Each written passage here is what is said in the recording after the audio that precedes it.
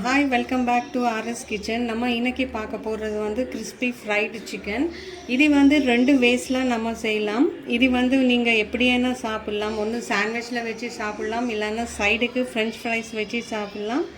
இது நல்லா இருக்கும், ட்ரை பண்ணி பாருங்கள். ஸோ ஒரு 1/2 டீஸ்பூன் பெப்பர் பவுடர், அப்புறமா அக்கார்டிங் உங்கள் டேஸ்ட்டு பொறுத்த வந்து salt, chilli powder, chilli powder,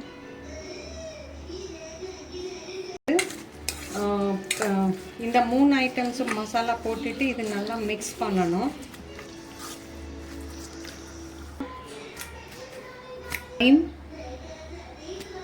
கொஞ்சமாக மிக்ஸ்டு ஹர்ப்ஸ் வேணுமா போடுங்க. நான் இங்கே ஒரு 1/2 டீஸ்பூன் போடுறேன்.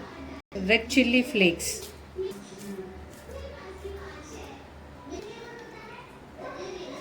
அதுக்கப்புறமா 1 டீஸ்பூன் ட்ரை ஜிஞ்சர் பவுடர். இது வந்து கார்லிக் வந்து ஃப்ரை பண்ணிவிட்டு நான் இந்த மாதிரி பண்ணி வச்சுருக்கேன். இது வந்து ஆலிவ் ஆயில். நல்லா மிக்ஸ் பண்ணணும்.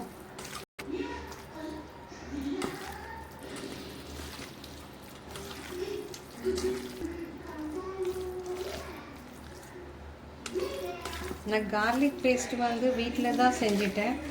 இது ரெடிமேடே கிடைக்கும், ஆனால் நான் வீட்டில் வந்து கார்லிக் இருந்து அது ஃப்ரை பண்ணிவிட்டு இந்த மாதிரி பேஸ்ட் பண்ணி வச்சுருக்கேன். அது நீங்கள் ஸ்டோர் பண்ணி கூட வைக்கலாம். 2 எக்ஸு,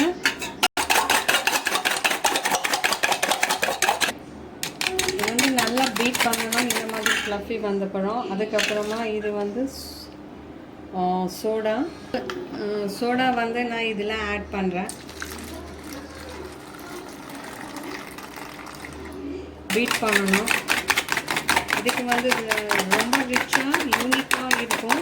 இது எனக்கு தெரிஞ்சினதுலாம் நான் ஃபாலோ பண்ணுறேன். 5 டேபிள் ஸ்பூன்.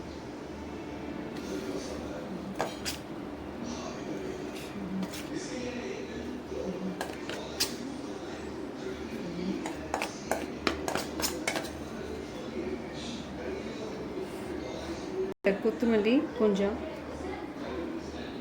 பீட் பண்ணணும். இது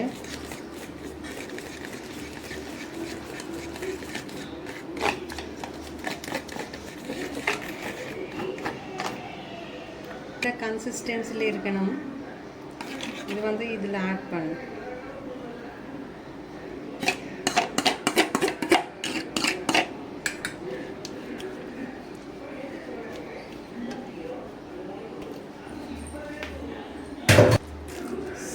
இது நல்லா வந்து மிக்ஸ் பண்ணணும்.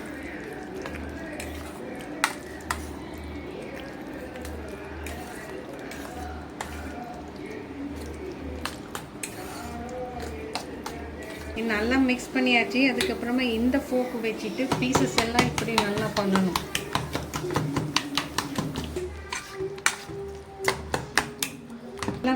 இந்த மாதிரி மிக்ஸ் பண்ணிவிட்டு நல்லா ஃபோக்கோடு அரைச்சிட்டு என்ன பண்ணணுமானா, இது வந்து ரெஃப்ரிஜிரேட்டரில் வந்து ஒரு 45 மினிட்ஸ் எல்லாம் 1 ஹவர் வைக்கலாம். நான் வந்து இது கண்டினியூஸாக ஒரு நீங்கள் எந்த அளவுக்கு மேரினேஷன் பண்ணி வைக்கிறீங்களோ அந்தளவு நல்லா இருக்கும். நான் நியர்லி வந்து இது ஒரு 5 ஹவர்ஸ் வரைக்கும் நான் ஃப்ரிட்ஜில் வைக்கிறேன். நான் இது வந்து 5 ஹவர்ஸு கவர் பண்ணி இப்போ வந்து இந்த சிக்கனுக்கு வந்து நம்ம ஒரு சாஸ் ரெடி பண்ணலாம், டிப் பண்ணலாம். இது எப்படி செய்யலாம்னு பார்க்கலாம். இது வந்து வெஜ் மயோனைஸ் எக்லெஸ். இந்த சாஸ் வந்து நீங்கள் வந்து ஸ்டோர் பண்ணி வைக்கலாம். இது சாண்ட்விச் ஆகட்டும், ரோல் எதுக்குன்னா யூஸ் பண்ணலாம். ஸோ அதுக்கப்புறமா இது டொமேட்டோ கெச்சப்பு ஒரு 1/2.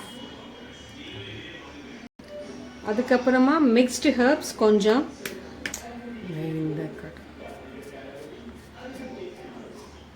அதுக்கப்புறமா கொஞ்சமாக red chilli flakes,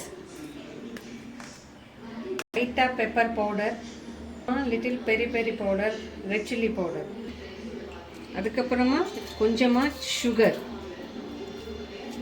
coriander leaves, செஞ்சு வச்சுருக்க கார்லிக் பேஸ்ட் அது கொஞ்சம். இது பண்ணிவிட்டேன்.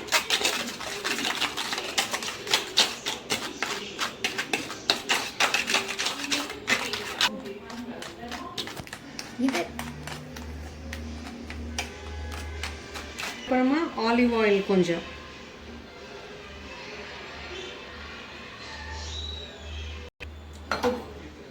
அதுக்கப்புறமா கொஞ்சமாக சால்ட்டு லைட்டாக போடுங்க. ஏற்கனவே சாஸ்லாம் அதில் இருக்கும். ஸோ இந்த சாஸ் ரெடி ஆகிடுச்சு. இது வந்து நம்ம சிக்கன் ஃப்ரை செய்வோம்லாம் அதோட வச்சு சாப்பிடலாம். இல்லைன்னா சிக்கன் ரோலு, சாண்ட்விட்சு அதுக்கெல்லாம் வச்சுட்டு நீங்கள் சாப்பிட்லாம். ஒரு இயர்லி ஒரு 1 வீக் வரைக்கும் இருக்கும். கெட்டு போகாமல் ஃப்ரிட்ஜில் வைக்கலாம் இருக்குங்களா. அதுக்கப்புறமா கொஞ்சமாக ஒரு 2-3 ட்ராப்ஸ் லைம். இது நான் ஒரு 3 ஹவர்ஸ் இது வந்து ஃப்ரிட்ஜில் வச்சுருக்கேன். இன்னும் மீன்வைல் நான் வந்து இங்கே ஆயில் ஹீட் பண்ணிவிட்டு, இது கார்லிக் ஆயில், நான் கார்லிக் ஃப்ரை பண்ணி வச்சுருக்கேன். அந்த ஆயிலில் தான் நான் வந்து இந்த சிக்கன் ஃப்ரை பண்ண போகிறேன்.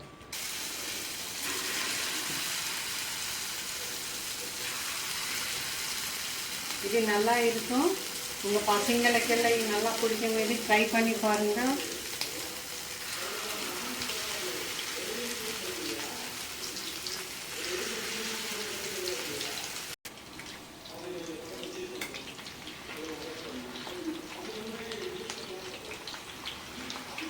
இது நல்லா லைட் கோல்டன் ப்ரௌன் வரைக்கும் இது ஃப்ரை பண்ணணும்.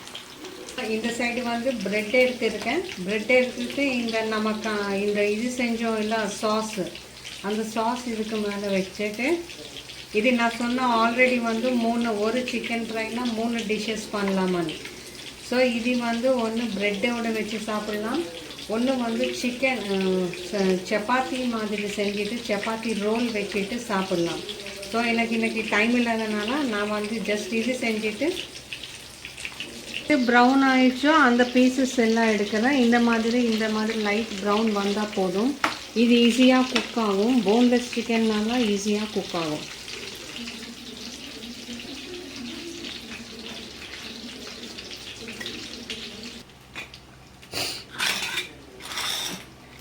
நான் இந்த ப்ரெட்டுக்காக இது வந்து இந்த மாதிரி பீசஸ் பண்ணுற சாண்ட்விச் மாதிரி.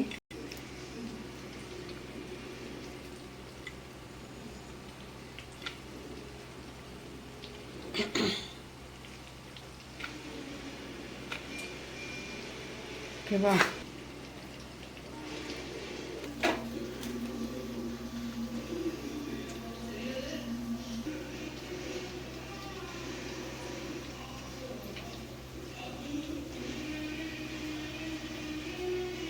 நான் இங்கே தோசை பேன் ஹீட் பண்ணிவிட்டு பட்டர் போட்டேன்.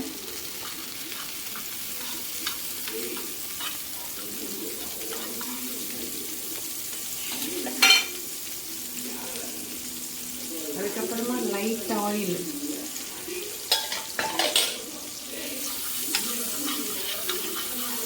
வச்சுறேன்.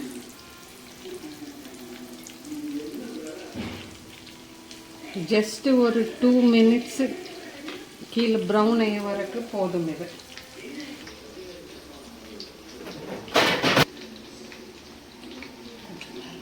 நான் எடுத்தாச்சு. சரியா?